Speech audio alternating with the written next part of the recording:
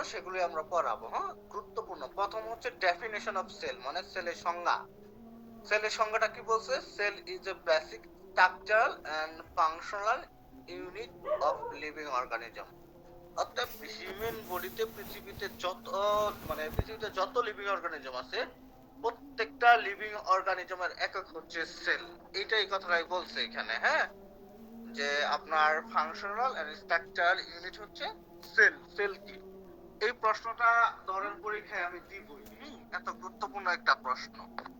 এরপরে যে প্রশ্নটা করছে সেই প্রশ্নের নাম কি? Draw and label different part of tropical cell. অর্থাৎ এই যে সেলটা আছে, ট্রপিক্যাল মানে কি? Simple sell. হ্যাঁ, সিম্পল সেলটা আঁকো এবং হচ্ছে মার্কিং করো, চিহ্নিত করো।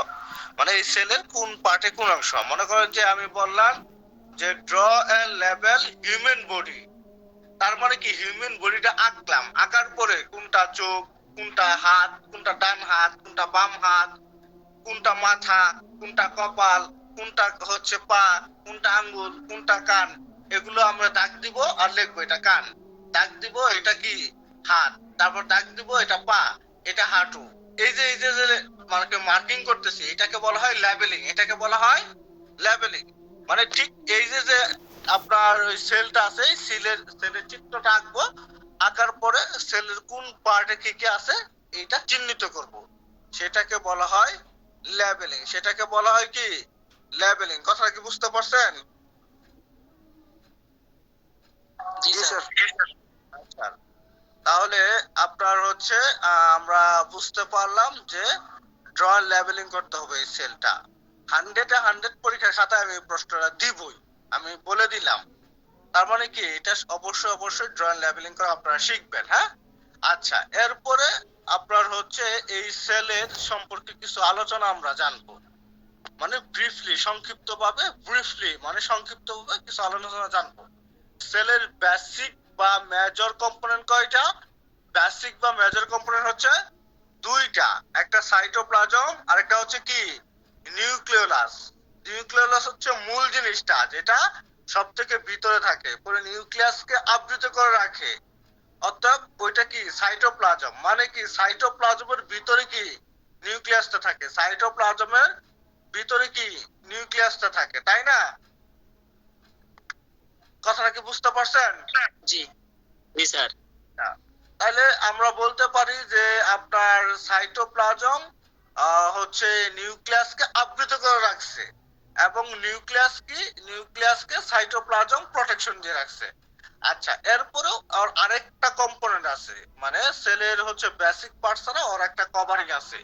ওই কভারিং এর নাম কি? ওই কভারিং এর নাম হচ্ছে প্লাজমা মেমব্রেন বা সেল মেমব্রেন। ওই কভারিং এর নাম কি?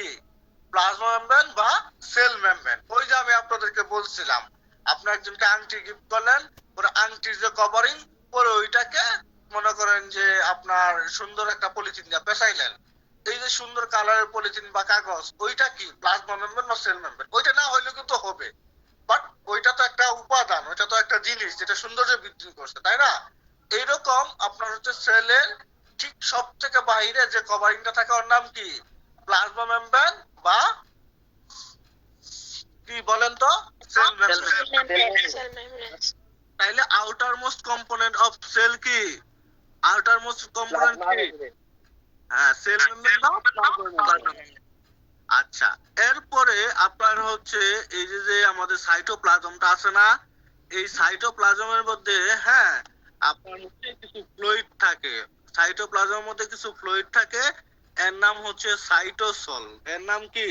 সাইটোসল। সাইটোপ্লাজমের মধ্যে যে ফ্লুইডটা থাকে এর নাম কি? সাইটোসল। তাহলে সাইটোসল কি? সাইটোসল হচ্ছে ফ্লুইড অফ সাইটোপ্লাজম। কথা ক্লিয়ার? ওকে, আচ্ছা। এরপরে আপনার হচ্ছে নিউক্লিয়াস। আমাদের যে তিনটা তো মোট, হ্যাঁ। এরপর নিউক্লিয়াস হচ্ছে সব থেকে লার্জেস্ট স্ট্রাকচার, সব থেকে প্রমিনেন্ট বা মূল স্ট্রাকচারটা। সেলের সব থেকে প্রমিনেন্ট বা লার্জেস্ট বা মূল স্ট্রাকচারটার নাম কি? নাম কি বলেন? নিউক্লিয়াসের কয়টা পার্ট আছে আমরা পড়ছিলাম? তিনটা পার্ট। ওই যে নিউক্লিয়াসের কভার, ওটার ভিতরে ক্রোমাটিন আছে আর সিঙ্গেল আছে। এই তিনটা পার্ট কি? নিউক্লিয়ার এনভেলপ, ক্রোমাটিন এবং নিউক্লিওলাস। তাহলে নিউক্লিয়াসের পার্ট কয়টা? বা nucleus consist nuclear envelope, chromatin, nucleolus. তাইলে আমরা পার্ট অফ ট্রপিক্যাল হিউম্যান সেলে জানলাম কি? সেলে সবথেকে বাহিরে যে একটা আবরণ থাকে সেটার নাম হচ্ছে প্লাজমা মেমব্রেন বা সেল মেমব্রেন। এছাড়া সেলের দুইটা মূল উপাদান থাকে, একটার নাম সাইটোপ্লাজম আর একটার নাম নিউক্লিওলাস। সাইটোপ্লাজমের মধ্যে কিছু ফ্লুইড থাকে, ওর নাম কি? সাইটোসল। সাইটোপ্লাজমের মধ্যে কিছু ফ্লুইড থাকে, ওর নাম কি? সাইটোসল।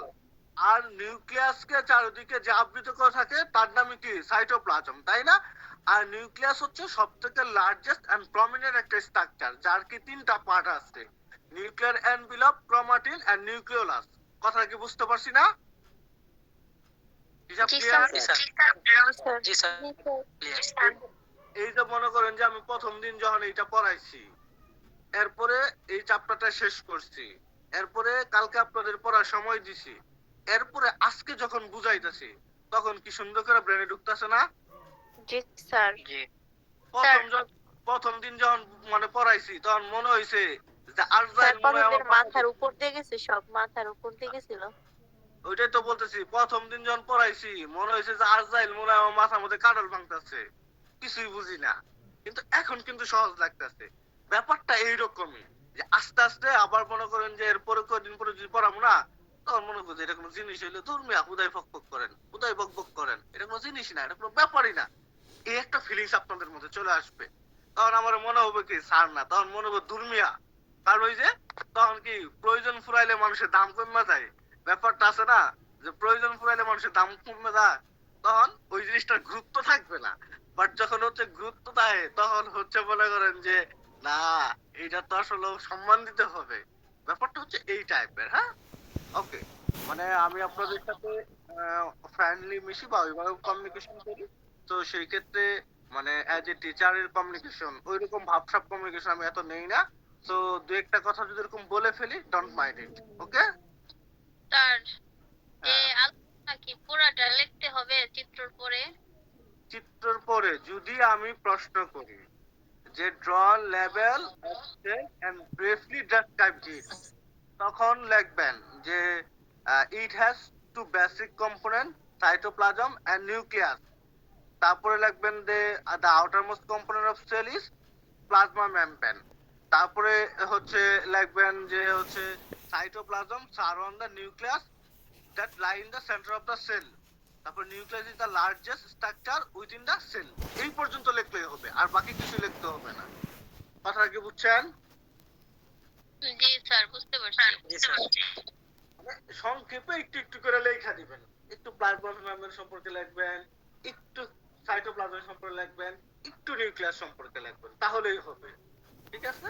জি স্যার, আমাদের এই যে বইয়ে আছে দেওয়া আছে। হ্যাঁ স্যার আমাদের 10 ইয়ার্সের কোশ্চেন সলিউশন বইয়ে দেওয়া আছে, ওইখান থেকে। হ্যাঁ, ওইখানে দেওয়া আছে, ওইখান থেকে যতটুকু দেওয়া আছে ততটুকু পড়লেও হবে, কোনো অসুবিধা নাই। বুঝছেন? ওকে। জি স্যার। এরপর এরপর আমরা যে আলাপটা করব, এই আলাপটা হচ্ছে পার্ট বা কম্পোনেন্ট অফ হিউম্যান সেল। ওই যে যে আলাপটা করছিলাম, যদি মনে করেন যে আমি যদি কই যে কম্পোনেন্ট অফ সাপ, বা কম্পোনেন্ট অফ গরুর মাংস, বিশেষ করে তখন মেয়েরা করবো, স্যার গরুর গোস্ত লাগবো, তারপরে আদা লাগবো, তারপরে পেঁয়াজ লাগবো, তারপরে স্যার গরুর কি মশলা লাগবো, এইটা লাগবো, ওইটা লাগবো, ওইটা লাগবো, ওইটা, দুনিয়ার আলাপ করে ফেলবেন, 1 মিনিটে করে ফেলবেন। কারণ ওইটা কি মানে ওইটার সাথে আপনি অভ্যস্ত বা প্র্যাকটিস। যদি কম্পোনেন্ট অফ হিউম্যান সেল করবো, বেটা আজাইরা জিনিস রে, এটা কি, এটা তুমি জানিই না, তখন এইটা মনে হবে। এই জন্য আমি জিনিসটা সহজ করে দিই, মানে এই সেলের মধ্যে কি কি জিনিস আছে, বুঝছেন? এই সেলের মধ্যে কি কি জিনিস আছে, এই জিনিসটা আপনার বুঝতে হবে। ধরেন সেলের মধ্যে কি আছে, ওই যে প্লাজমা মেমব্রেন সবচেয়ে উপরের কভারটা, পরে ওইটাকে প্রোটেক্ট করার জন্য মোটা যে কভারটা আছে সাইটোপ্লাজম, আর ভিতরে মূল জিনিস নিউক্লিয়াস, তাই না? এই তিনটা আছে। এরপরে সাইটোপ্লাজমের মধ্যে আরো কিছু জিনিস থাকে, কিছু জিনিস হচ্ছে অর্গানেল আর কিছু হচ্ছে ইনক্লুশন মানে সংযুক্তি। মানে অর্গানেল ছাড়াও যে জিনিসগুলো থাকে ওটা হচ্ছে সংযুক্ত জিনিস, যেরকম হচ্ছে ফ্যাট, তারপরে গ্লাইকোজেন, হ্যাঁ এই জিনিসগুলো থাকে। অর্গানেল জিনিসটা কি? অর্গানেল হচ্ছে ওই যে সাইটোপ্লাজমটা যা আছে, হ্যাঁ ওই সাইটোপ্লাজম মধ্যে সাজানো কিছু অ্যাক্টিভ স্ট্রাকচার, যে নিজেই নিজের কাজ করার সক্ষমতা রাখে। সাজানো কিছু অ্যাক্টিভ স্ট্রাকচার মানে ওইটা সাইটোপ্লাজমের মধ্যে থাকে এমবেডেড অবস্থায়। কথা বুঝতে পারছেন? ওকে। এই অর্গানেল গুলোর মধ্যে কিছু আছে মনে করেন যে মেমব্রেনাস মানে আবরণযুক্ত, আর কিছু আছে নন মেমব্রেনাস যেগুলোর আবরণ নাই। কিছু আছে মেমব্রেনাস আর কিছু আছে নন মেমব্রেনাস মানে যেগুলো আবরণ নাই। মেমব্রেনাস কোনগুলা? মেমব্রেনাস হচ্ছে ওই যে এমপি ল্যাগ। মেমব্রেনাস হচ্ছে এমপি ল্যাগ। এম তে কি মাইটোকন্ড্রিয়া, পি তে কি পেরিঅক্সিজোম, এল তে কি লাইসোসোম, ই তে কি এন্ডোপ্লাজমিক রেটিকুলাম, জি তে কি গোলজি কমপ্লেক্স। কথা কি বুঝতে পারছেন? সহজ না? তাহলে আমি যদি বলি আপনাকে যে জি sir. Organ membranous organelle structure নামগুলো বলো। মেমব্রেনাস অর্গানাল স্ট্রাকচারের নামগুলো বলো। বলতে পারবেন না? পারবেন ইনশাআল্লাহ। আর এরপরে নন মেমব্রেনাস, নন মেমব্রেনাস কি আর্সিমিয়া, ওই যে রাইবোজোম, তারপরে হচ্ছে সেন্ট্রোসোম, সাইটোস্কেলেটন, এরপর মাইক্রোটিউবুল, মাইক্রোফিলামেন্ট, ইন্টারমিডিয়েট ফিলামেন্ট, সাথে থাকে প্রোটিওসোম। ঠিক আছে? তাহলে মনে থাকবো? খুবই গুরুত্বপূর্ণ কিন্তু। আমি কিন্তু এইভাবে প্রশ্ন করতে পারি, মেনশন 5 মেমব্রেনাস অর্গানাল স্ট্রাকচার বা write down the 5 membranous organelle structure, এইভাবেও কিন্তু আমি প্রশ্ন করতে পারি। কথা কি বুঝতে পারছেন? জি স্যার। কোনো অসুবিধা আছে? No sir. জি না। আচ্ছা, এরপরে নিউক্লিয়াস। নিউক্লিয়াসের 3টা পার্ট আছে আমরা জানি, নিউক্লিয়ার এনভেলপ, ক্রোমাটিন, নিউক্লিওলাস। ঠিক আছে? তার মানে কি খুবই সহজ, আমরা এই দুইটা পারবো ইনশাআল্লাহ। ওকে। এরপরে আমাদের হচ্ছে সেল মেমব্রেনের ডেফিনেশন। ওই যে ডেফিনেশন কি মানে সেল রে যে আবৃত করে রাখে সেই হচ্ছে সেল মেমব্রেন। যে মেমব্রেনটা সেলকে আবৃত করে রাখে বা কভারিং করে থাকে ওইটাই হচ্ছে সেল মেমব্রেন। ঠিক আছে? The limiting membrane that envelop the cell is called cell membrane or plasma membrane. Clear? ওকে।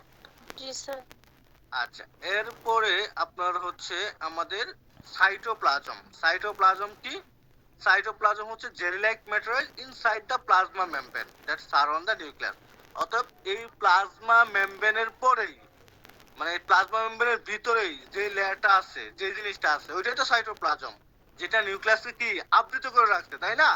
এইটা এখানে বলছে যে cytoplasm is a jelly like material inside the plasma membrane that surround the nucleus. Okay. এরপরে content of সাইটোপ্লাজমের উপাদান মানে সাইটোপ্লাজমের মধ্যে কি কি থাকে আমরা তো জানি। সাইটোপ্লাজমের মধ্যে অর্গানেল গুলো থাকে আর হচ্ছে যে সাইটোসোল থাকে আর ইনক্লুশনটা থাকে। তার মানে সাইটোসোল মানে হচ্ছে যে ফ্লুইডটা, অর্গানেল মানে হইতাছে আপনার মাইটোকন্ড্রিয়া, পেরিঅক্সিসোম, গোলজি অ্যাপারাটাস, হ্যাঁ রাইবোজোম, এই জিনিসগুলো থাকে। আর ইনক্লুশন বলতে ওই যে ফ্যাট, গ্লাইকোজেন, হ্যাঁ হেমোসিডাইন, লিপোফাকশিন, এই জিনিসগুলো থাকে, তাই না? তাহলে আমি যদি বলি which is the content of cytoplasm, ওইখানে ধরেন হচ্ছে এইভাবে প্রশ্ন দিলাম, যে এমসিকিউ প্রশ্ন করলাম যে আপনার মাইক্রোটিউবেলস, পরে বললাম যে রাইবোজোম, পরে বললাম হচ্ছে মাইটোকন্ড্রিয়া, পরে বললাম হচ্ছে অস্টিও, পরে বললাম যে আপনার হইতেছে হেমোসিডারিন। তাইলে সেই ক্ষেত্রে কোনগুলো রাইট আনসার? মাইটোকন্ড্রিয়া, তারপরে হইতেছে আপনার মাইক্রোটিউবুল, রাইবোজোম, এগুলো কি রাইট আনসার না? জি স্যার। কথা বুঝতে পারছেন? তার মানে কন্টেন্ট অফ সাইটোপ্লাজম বলতে সাইটোপ্লাজমের ফ্লুইড গুলাকে বোঝায়। তারপরে হচ্ছে mitochondria, peroxisome, Golgi apparatus, ribosome, microtubule, microfilament, intermediate filament, ওগুলোকেও বোঝায়। ইনক্লুশনের মধ্যে কি আছে? গ্লাইকোজেন আছে, হেমোসিডাইন আছে, লিপোফাকশিন আছে, এগুলোকেও বোঝা। কথাটা কি বুঝতে পারছেন? সহজ না? আচ্ছা। এরপরে অর্গানেলের ডেফিনেশন আমরা পড়ে আসছি যে এইটা একটা সেলুলার স্ট্রাকচার যে এমবেডেড অবস্থায় সাইটোপ্লাজমের মধ্যে আছে। মানে একটা সেলুলার মডেলটা লাগবে না। বুঝি নাই না, ওটা লাগবে না। যেগুলো স্কিপ করে যাইতাছি আপনারা ওগুলো প্রয়োজন নাই, যেগুলো পড়াইছি ওগুলোই পড়েন। হ্যাঁ, আচ্ছা। অর্গানেল, অর্গানেল কি? অর্গানেল হচ্ছে একটা সেলুলার স্ট্রাকচার যেটা কি সাইটোপ্লাজমের মধ্যে এমবেডেড অবস্থায় আছে, যেটা মেটাবলিক্যালি একটা অ্যাক্টিভ স্ট্রাকচার, যেটা মেটাবলিক্যালি একটা অ্যাক্টিভ স্ট্রাকচার। তাহলে organelle are the cellular structure embedded in cytoplasm which are metabolically active structure। এরপরে অর্গানেল হচ্ছে দুই ধরনের, মেমব্রেনাস এন্ড নন মেমব্রেনাস। ওকে, আচ্ছা। আজান শুরু হয়েছে, আজানটা শেষ হোক, আমি আপনাদের সাথে আজান শেষ হলে আবার জয়েন করতেছি। আপনারা অপেক্ষা করেন।